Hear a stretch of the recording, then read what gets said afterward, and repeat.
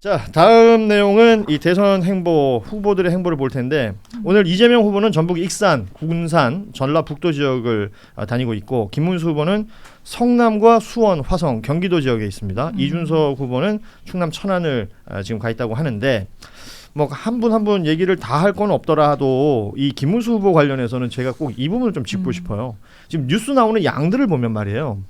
후보의 발언이나 후보의 행보보다 네. 윤석열 탈당하냐 안 하냐 이게 거의 메인 같아요. 그러니까요. 지금 뭐 말이 많았었잖아요. 자진 뭐 탈당 얘기를 뭐 서종 변호사나 이런 분들이 했었는데 뭐 언짢아 했다. 네. 그랬더니 또 언짢아 했다는 거 아니다라는 반박도 나왔었고 그 이후의 상황들 보면 친윤 쪽 관계자들이 이 김문수 후보 쪽의 부인에도 불구하고 김 후보가 통화해서 자리 지켜달라라는 취지로 말을 했다. 그러니까 윤석열 전 대통령이 그런 말을 김문수 후보에게 했다라는 취지의 또 보도도 나오고 있고 이거는 뭔가 내용이 흘러 계속 나오고 있습니다. 어떻게 보십니까? 이거 중요한 뉴스입니까? 이게 사실은 저는 그렇게 중요한 것 같지가 않은 게 사실 이분이 이렇게 말하더라고요. 나는 당이 원한다면 얼마든지 탈당할 수 있다.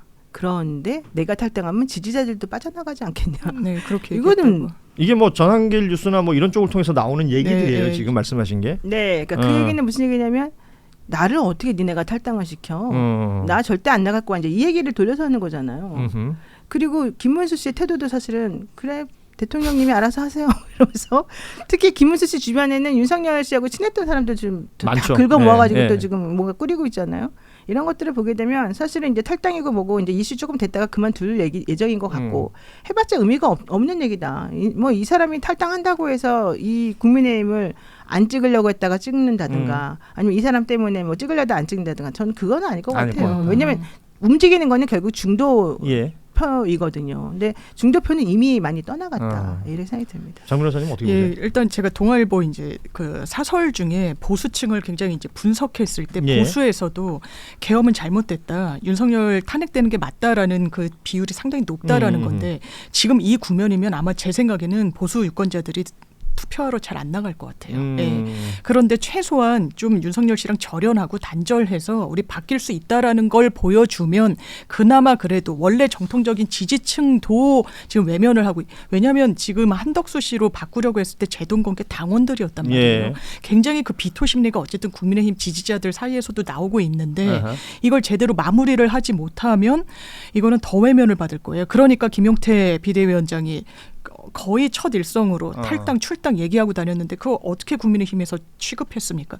청년 정치인이고 당이랑 이게 소통되지 않았는데 그냥 개인 의견에 불과해라고 굉장히 폄훼했어요. 그 맥락에서는 이건 완전히 필패이기 때문에 뭐라도 모멘텀을 만들 수가 있었던 건데 출당이나 탈당으로 그걸 못하는구나 이 정당은. 그러니까 제가 보는 바는 뭐냐면 굉장히 앞으로도 못 가고 옆으로도 못 가고 희한한 상황이 됐다. 왜냐하면 그러니까 윤석열의 탈당, 뭐 혹은 출당 이런 것은 내란 세력과의 단절을 얘기하는 거잖아요.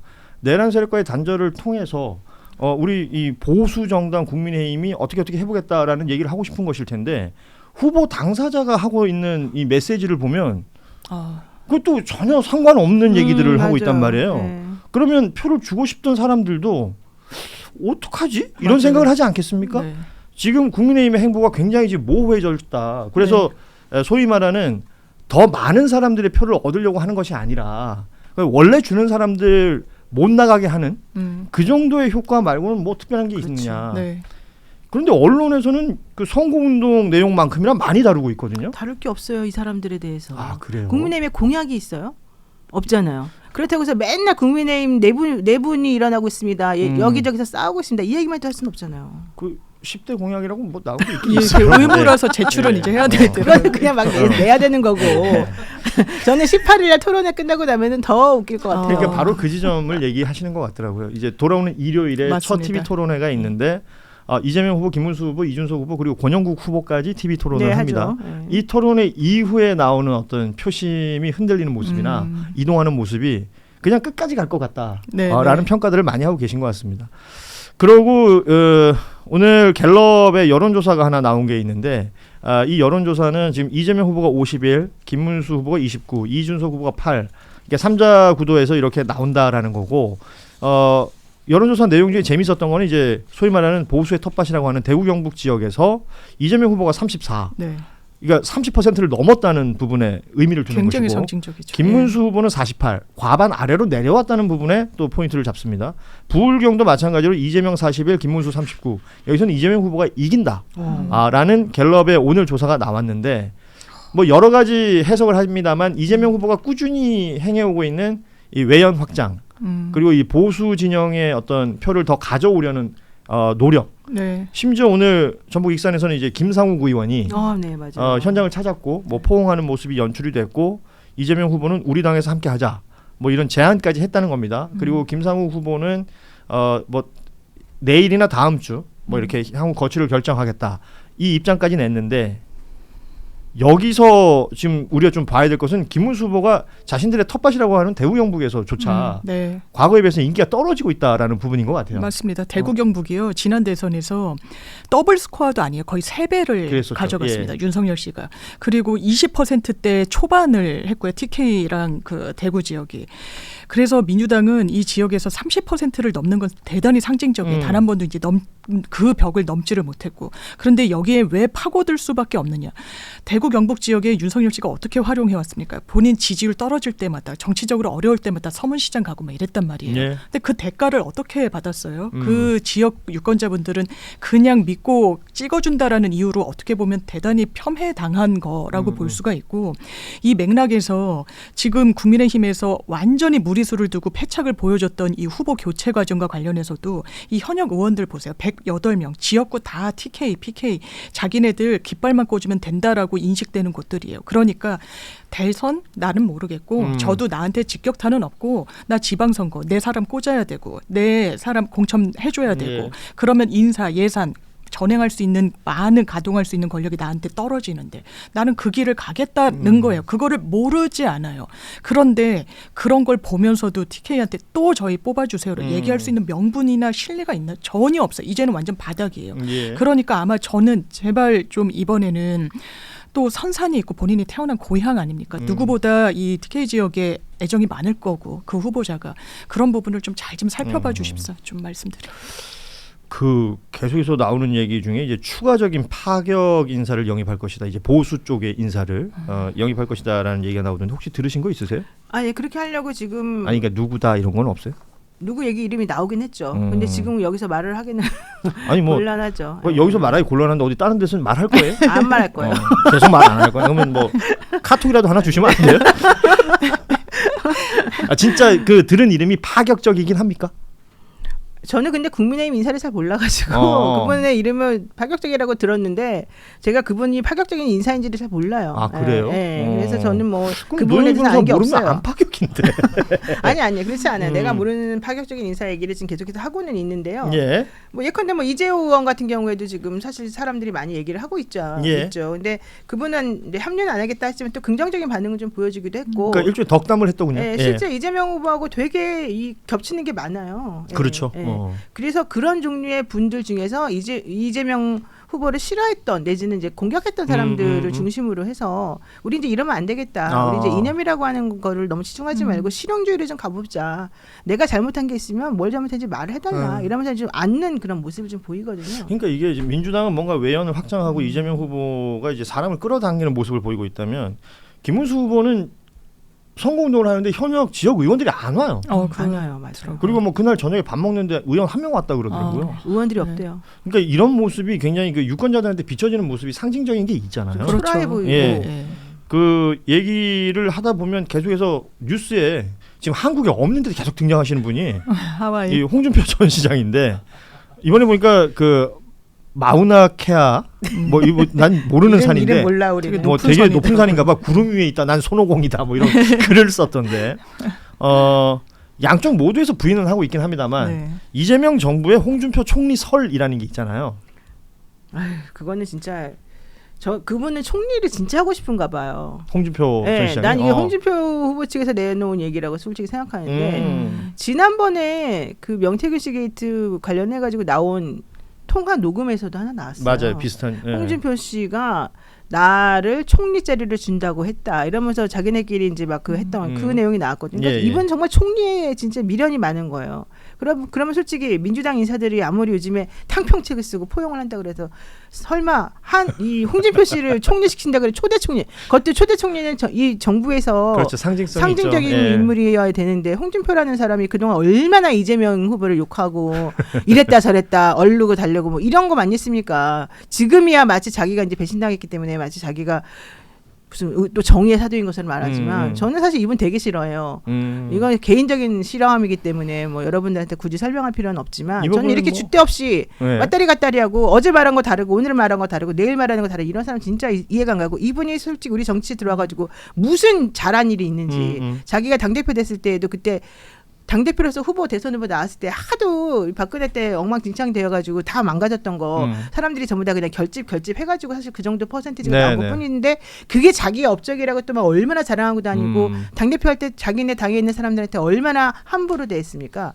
그런 여러 가지 것들을 생각해보면 이분이 솔직히 말해서 왜 정치를 하는지 잘 모르겠어요. 예. 근데 이제 와가지고 이분이 지금 하고 있는 거는 나 삐졌어. 이런 얘기만 계속해서 하면서 나 알고 있는 거 되게 많은데 니네가 계속 날 삐지게 놔두고 신경 안 쓰면 나 앞으로 어떻게 될지 모르니까 빨리 나를 잡으러 다녀라. 이 사실 이렇게밖에 저는 안 들리거든요. 그런데다가 저는 이 손오공 얘기를 깜짝 놀랐어요. 손오공 나라를 만들지 않습니까 나중에? 그렇죠. 그리고 구름을 날아다니면서 네. 자기가 이렇게 높은 자리에 올라온 적 한 번이고 처음인 것 같다. 정말 높은 자리에 올라가고 싶은 거예요. 이 사람은 아직까지도. 그러니까 구름 위에 올라가고 네, 싶은. 그러니까 뭔가가 지금 아직도 지금 그 야망을 숨기지가 못하는 거예요. 그래서 저는 그런 것들을 보면서 이분은 절대 가까이 하면 안 된다. 특히 정치하고 싶다면 이분을 민주당에서 받아들이거나 이렇게 하면 안 된다.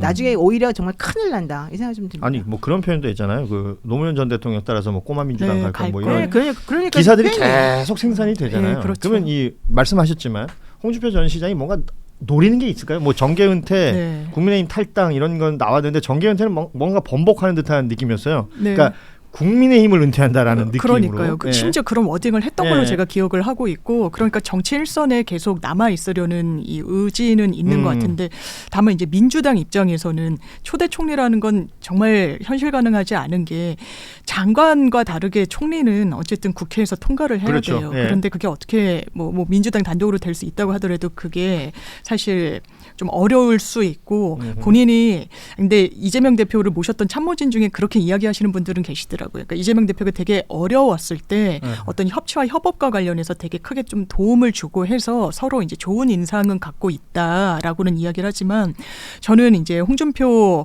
전 시장이 꼬마 민주당 이야기할 때 뭐부터 생각나냐면 노무현 전 대통령을 거론할 전 자격은 없다라고 생각합니다. 왜냐하면 제가 그때 출입 기자여서 얼마나 이 폄훼를 하면서 홍준표 당시 의원이었을 텐데 아방궁이다 뭐다 네, 해서 그런 표현 굉장히 했었죠. 예. 예, 좀 인격 살인에 비슷하게 강도 높은 비난을 했었기 때문에 이거는 그냥 본인의 소회를 밝히는 차원인 것 같고, 그럼에도 불구하고 누가 그렇게 이야기하더라고요. 국민의힘에서 이준석 후보 징계까지 취소하면서 어쨌든 빅텐트 치려고 하고 같이 안으려고 하고 있잖아요. 근데 안 되고 있는데 빅텐트는 그런데 조용히 민주당이 치고 있더라는 거예요. 왜냐하면 이석연 그리고 윤여준 이러면서 여러 보수 인사들 같이 갈 수밖에 없다. 왜냐하면 합리적 보수는 지금 국민의힘에 몸을 담을 수가 없습니다. 네. 그걸 이제 민주당이 하는 그 연장선상에서 아마 홍준표 전 시장의 역할도 있지 않을까라는 기대감이 있는 건데, 정확히는 이분이 이제 수사에서 자유롭지가 않다 보니까 오세훈 시장 같은 경우에도 아마 그것만이 원인은 아니겠지만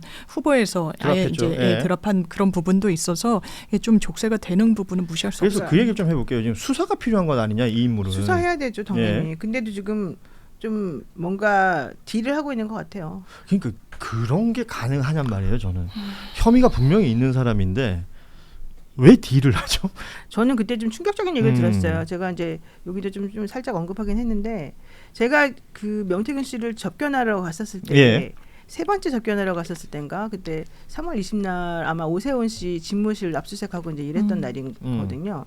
그날 이제 이 명태균 씨는 그 압수수색 한 거는 모르고 있더라고요. 제가 이제 가서 말을 해줬어요. 예.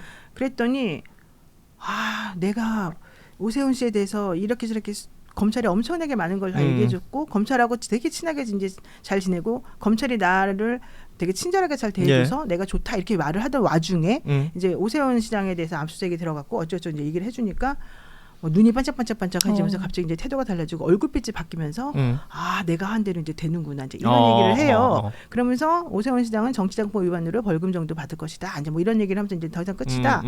그러면서도 그날 홍준표 시장은 10배는 더 나쁜 사람이다. 이 오세훈보다. 음. 하지만 딱 그러면서 이제 하지만이 나왔어요. 네. 하지만 국민의힘에서는 아직까지 이 홍준표라는 사람을 어떻게 할지 잘 모르기 때문에 검찰도 홍준표라는 사람을 끝까지 죽일지 말지를 결정을 안 한 것 같다. 이제 이렇게 얘기를 했어요. 그러면서 하나 팁을 나에게 알려준다고 하면서 이제 그 전에 들었던 얘기 중이었는데 홍준표 시장에 대해서는 대구지검이 수사를 안 할 것이다. 그리고 오히려 경찰로 넘길 것이다 이랬어요. 그건 사실로 드러났잖아요. 근데 진짜로 넘겼어요. 예, 그러니까. 내가 너무 깜짝 놀랐어요. 그 다음에 더 놀란 게 경찰로 넘어갔으면 난 그러면 그럼 경찰이 또 열심히 수사를 하려나. 왜냐하면 지금 경찰하고 검찰은 지금 서로 간에 지금 이런 관계가 있으니까. 근데 알고 봤더니 경찰이 사실은 그동안에 이 명태균 씨한테 또 이 잘 보이려고 좀 뭔가 좀 경찰 고위직들이 뭐 어떤 청탁을 했는지 네, 청탁했다는 이제 그런 얘기가 계속 나오고 있잖아요. 뉴스타파에서도 계속해서 보도하고 있고 그러다 보니까 이 사람들도 역시 이제 이 대통령과 또 내지는 이 명태균과 이 김영선과 이제 이런 사람들과의 관계에서 자유롭지 못한 거 아닌가 이런 생각을 좀 하고 있었어요. 근데 그 이후에 수사에 대한 내용이 싹 들어갔어요. 아무것도 안 나왔어요. 아무것도 안 나왔어요. 그리고 마지막에 나온 얘기는 최근에 나온 얘기인데 검찰이 자기네가 가지고 있는 수사 자료를 하나도 안 준다는 거였어요. 경찰 입장에서는 경찰이 달라고 하는데 안 준다는 그러니까 거였어요. 경찰에서 수사를 하라고 지금 경찰로 가 있는데 근데 자료 그동안 했던 게 있으니까 좀 다오라고 했더니 검찰에서 안 주고 있다. 왜 안 주는 거예요? 그러니까요. 그러면서 그 태도를 딱 정리를 하고 종합을 해보면 명태균 씨가 그 전까지는 공수처에다가 나를 수사했던 검사들을 고소하네 고발하네 난리를 치고 재판 들어가서도 정말 소리를 고래고래 지르다가 쫓겨나기도 하고 막 이런 일이 있었잖아요. 그런데 갑자기 그 다음부터는 나 좀 있으면 나갈 것 같아 이런 얘기를 하고 지금 적어도 말씀대로라면 그 지금 3월쯤에 있었던 일이라는 거 아니에요? 적어도 한 2달 전쯤에 이런 일이 그 명태균 씨 입에서 나왔던 이야기들이 현실에서 다 어찌 보면 다 됐어요. 맞아 떨어졌습니다. 자기 불구속 당할 거 얘기해줬고요. 나오는 것까지. 네, 자기를 보석 이란 말을 안 했고 자기는 여기서 구속 상태에서 벗어난다. 나간다. 이 얘기도 했고. 네. 그러니까 말한 게 다 된 거예요. 오세훈은 죽었고 홍준표는 살아났고 그리고 그 다음에 홍준표는 갑자기 막 기고만장하게 막 자기는 계속해서 아무런 죄도 없다는 듯이 결백하다는 듯이 난리를 치고 있었는데 그 다음에 벌어진 일이 뭐였느냐. 갑자기 대선 후보 하다가 중간에 딱 드랍을 하면서 그렇죠. 난 여기 안 나간다. 그 타임이 나는 딜한 타임이라고 보거든요. 왜냐하면 김문수한테 줘라. 너 이제 그만해라. 그럼 우리가 여기까지 정리해 주마. 이게 이제 윤석열과 그쪽 라인에서 이쪽에다가 뭔가 주었던 거 아니었을까. 저는 그게 자기네들끼리 있었던 것 같아요. 이건 제 개인적인 생각이에요. 자, 뭐 이게 그 변호사로서 접견하면서 들었던 이야기이기 때문에 그 이야기와 또 그 이후에 벌어졌던 현실 세계에서 벌어졌던 일들이 지금 맞아떨어지는 부분들에 대한 이야기를 한 겁니다. 그리고 사실은 지금 이 말씀 중에 가장 중요한 것은 대구 경찰이 지금 수사를 한다라는 보도는 다 나왔잖아요. 근데 수사를 진행했다라는 내용이 없어요. 뭔가 진척이 됐다 없고 다만 검찰에서 경찰로 자료를 넘기지 않는다라는 부분. 이 부분이 지금 문제가 될 수밖에 없는 것 아니냐. 그렇죠. 뭐 왜 혐의가 있고 그리고 이제는 다 아는 거지만 뭐 검찰은 과거부터 그 자료들 다 갖고 있었는데 돌려받은 PC를 자체적으로 포렌식해서 그 안에서 나온 자료들로 지금 보도들이 나오고 있는 것 아닙니까? 뉴스타파도 그렇고 한겨레도 마찬가지로 강혜경 씨의 컴퓨터를 포렌식했던 자료를 이제서야 보고 보도를 하고 있는데 그럼 검찰은 그 전에 알았다는 얘기가 되는 당연히 거예요. 그렇다고 봐야 되겠죠. 작년 10월에 다 알았죠. 그럼 이건 뭐냐 하는 거지. 아니 그래서 저는 아까도 이제 국내에 안 계신 한 분이 주목받는데 일단 하와이 갔을 때 아니 이게 출국 금지가 안 됐구나 이런 생각이 일단 그 들었던 거예요. 왜냐하면 이 정도 볼륨의 사건이고 이거는 완전히 어떻게 보면은 선거 국면을 어지럽게 한 부분이 실체로 이른바 명태균의 황금폰 등등으로 입증이 되고 있다고 보는데 그것도 황금폰도 결국 증거 채택을 안 했다는 거 아닙니까? 그 말은 그렇게 많았던 황금폰을 왜? 너무 중요하다고 그래서 이걸 선산에 버렸니? 근데 선산이 없고 뭐 아버님을 화장했니? 이러면서까지 온 언론이 이 득달같이 달라붙었던 건데 그게 흐지부지 된다는 건 정말 사실 수사에서 있을 수 없는 일이에요. 이런 일이 지금 벌어지고 있습니다. 그렇기 때문에 뭐 특검 얘기를 하는 것이고 현행 그 검찰이나 경찰을 신뢰할 수 없다라는 얘기들도 자연스럽게 나오는 것이고요. 그러니까 뭐랄까요? 아까 지기현 판사 얘기도 마찬가지인데 우리 노영희 변호사가 실시간으로 얘기하셨지만 1분 내지는 2분이면 확인되거나 입장을 알 수 있는 것들인데 맞아요. 며칠이 지나도록 모호한 말들만 하고 이제 어떻게 해보겠습니다 정도만 나오니까 국민들이 생각하는 속도는 그거보다 훨씬 빠르지 않겠습니까? 그러면 의혹이 생산되고 거기서 수많은 상상력들이 동원되고 여기저기에서 뭐 말들이 나올 수밖에 없는 거 아니에요? 국가 혼란을 없애기 위해서라도 이런 건 빨리 정리해야 되는 건 아닌가? 너무 당연한 그렇죠. 겁니다, 당연하죠. 진짜로. 예. 이 당연한 얘기를 하는데 내가 이렇게 열을 내지? 당연한 게 안 되고 있으니까 그렇습니다. 대한민국에서. 예, 지금. 이런 게 지금 우리가 지금 겪고 있는 시간들이고 이런 와중에 또 대선 시기는 계속 돌아가고 있고 18일 후면 새로운 대통령이 나오고 새 정부가 들어서게 됩니다. 참 어떻게 정리를 해야 될지 해결해야 될 일이 한두 가지가 아니네요. 예. 자, 오늘 1부 금요일에 함께했던 노짱 자매와 함께했던 금요일 1부 반응이 나쁘지 않습니다. 나쁘지 않아요. 한 분이라도 더 들어왔을 때 한 번 더 보여드릴게요. 변호사 노영이의 꼭 기록 사서 보세요. 보여드리면서 고맙습니다. 여기서 인사 나누죠. 지금까지 노영이, 장윤미 두 분의 변호사와 함께했습니다. 고맙습니다. 감사합니다. 오.